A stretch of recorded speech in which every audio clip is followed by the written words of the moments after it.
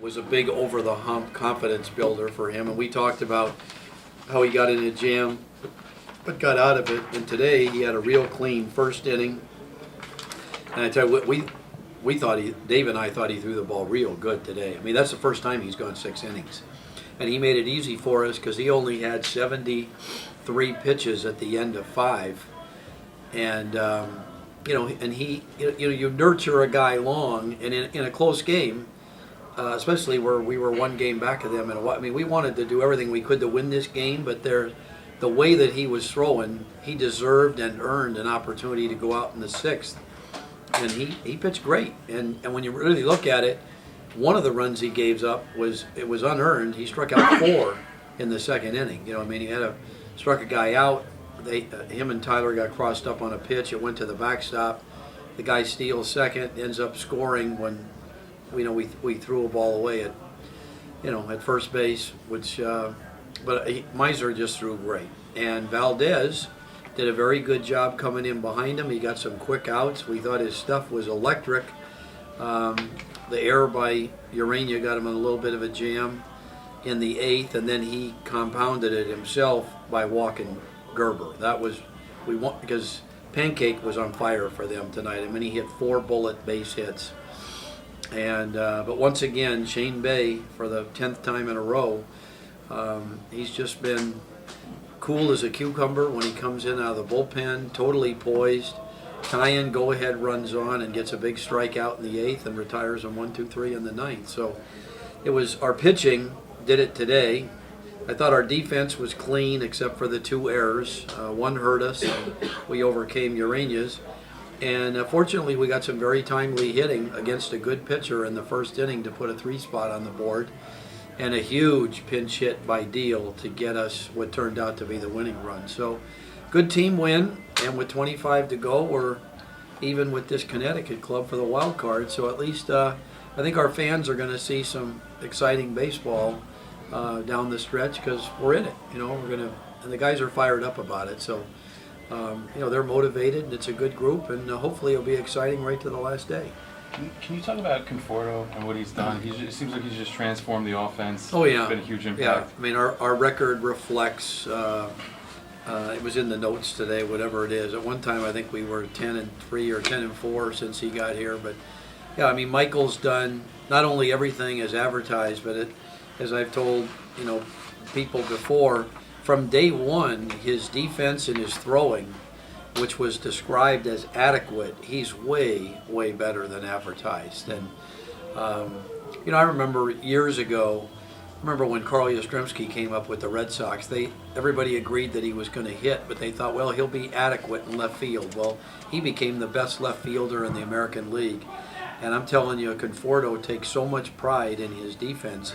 He's going to be a solid and a complete player because he's going to work at doing it.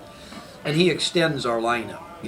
With him 3 and Urania 4, it pushes everybody back where now we have more depth than we did before. And it's reflected in our run scoring. I think in Billy's stats we had scored 6 or more 1 or 2 times before Michael got here, and it's happened a half a dozen times since he's been here. And his influence on the other guys, the way that he will take pitches and not get himself out on pitchers' pitches, I think is a good influence on the other guys too. So yeah, and he's been a great teammate. What's his approach been at the plate? I mean, what makes him such a special hitter up there? Well, number 1, he's got a very good eye for the strike zone, and number 2, he's worked a lifetime on disciplining himself to not chase bad pitches. And unfortunately, a lot of our other young guys on a nightly basis will chase balls in the dirt or over their head. They'll put themselves behind the count right from the first pitch. And, Fonzie and Benny and I daily are telling guys, if you would lay off that ball that was in the dirt, now the count goes to 1-0 instead of 0-1. At 0-1, now the pitcher can expand the strike zone and really create a bat at bat. But when guys learn to take the balls, they work the count in their favor where they get better pitches to hit. But Michael takes it to a whole nother level. One of his first at bats, he took 2 strikes. He knew they were strikes, but they were strikes better for the pitcher than for the hitter. And later in the count, the pitcher made a mistake, and he lined a double into the right field corner that scored Urania from first base. Our other guys have already made an out and don't get to that pitch. So that's what he does good, and the other guys get a chance to see that daily, and hopefully they'll learn that what we coaches are preaching, we have a player in their lineup that they can visually learn from to make themselves better. And it must have been nice. I mean, you have so many great pitchers. Just looking through the stats, the numbers, some of them are ridiculous. I mean, not that you were waiting for Michael the whole year, but it must be nice that you had a great pitching staff to keep you where you were. Well, the pitching has historically, the Mets organization, way back to the Tom Seaver, Jerry Kuzman, John Matlack days, something about the Mets organization has always been a pitching organization, as we are now in the big leagues. I mean, the depth, and in the minor leagues.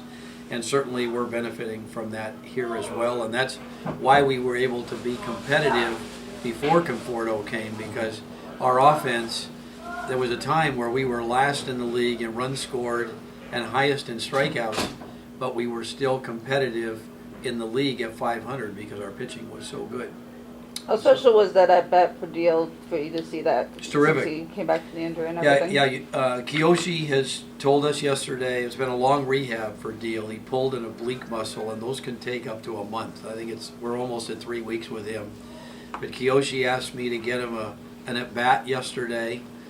We pinch hit. He grounded out, but at least he saw some pitches. And then today, for his second at bat after 3 weeks, I thought he had a great at bat, getting behind 0-2 and working the count to 3-2 and fouling off a couple pitches. And he didn't hit it hard, but he got enough of it to get a base hit that drove in a huge run in what was a close game and kept us from going extra innings. And we're looking forward to getting Jeff back, hopefully on the field by the weekend.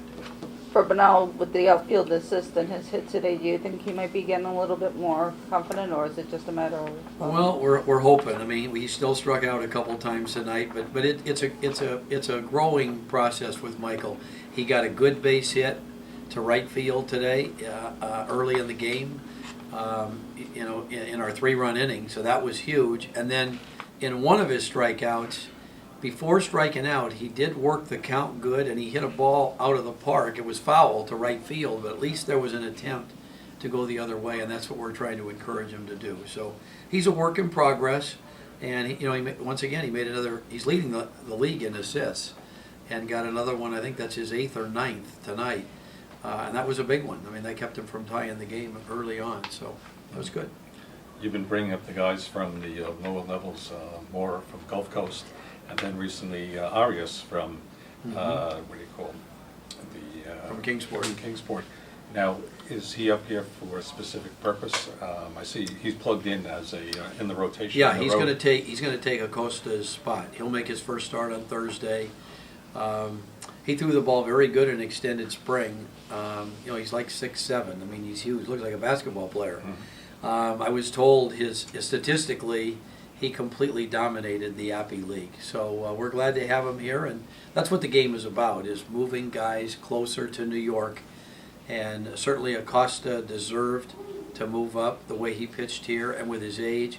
And so now Arias will fill right into that spot. And Mora, I had nothing to do with that. I'm glad the Mets sent him here because he brings a lot of excitement to our team, high energy. And we had not had a leadoff man the whole year. We asked Tharp and Tushak both to do things that they're really not capable of doing because they don't make enough contact, they don't have high enough on base percentage. We just didn't have one, and now with Mora here, we have a bona fide leadoff guy, and that's a big piece of the puzzle, especially as we get closer to playoffs, and to give us a chance to get into playoffs. What's the plan for Michael Katz? Is he going to go on the road with you? No, Katz has family that lives real close to here in Jersey, and if it was a shorter trip, we would take Michael with us, and Kiyoshi could continue his rehab. But we're concerned they can't do the surgery till the swelling's gone, and this is our longest trip of the year. This is going to be a 1,000-mile round trip, and I've never had knee trouble myself, but Fonzie is the one that told both Kiyoshi and I that it would be better for him to stay back because a 9-hour bus ride with his knee anchored in one place could only, swell it. Stiffen them up, yeah. Yeah, and he's a very conscientious guy, so he'll ice 4 or 5 times a day at his, I think it's an aunt and uncle that live here, and he'll take care of himself, and hopefully that swelling will be gone when we get back, so we can get the surgery and get it going. Finally, what you plan for the road here? Well, we're going to 2 teams that we haven't played before, Mahoning Valley and Batavia, and I love the way our rotation sets up. Our team is gelling now, and we're just going to go and take them one at a time and do the best we can. And when we come back, there'll be 19 left. Hopefully, we're hoping to come back and be in position, if not in the driver's seat, for this wild card thing. Just talk a little bit about your outings today and what you were able to do well against Connecticut. I located my changeup pretty good today, so that worked pretty well for me. I just went after the batters today. So, as a closer, especially someone who's younger, how do you stay mentally aggressive and prepared for whenever coach calls your name? I just go out there and do what I need to do. I really don't think about it. I just go out there and throw strikes, and whatever happens, happens. Now, from what I understand, you had an elbow injury last year, right? Yes. And I know you're a little bit behind on your progress as a player. How are you feeling right now, and how do you think you're progressing in your growth? I feel pretty good. My progression, I feel pretty good about it too. Hopefully, at the end of the season, the Mets need me somewhere else in the system, and we'll go from there.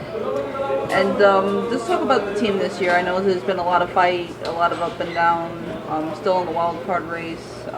What do you think of this team, and do you think that they have the capability to, continue to be in the playoffs in the wild card? Yes, I think we have a good chance of making the playoffs.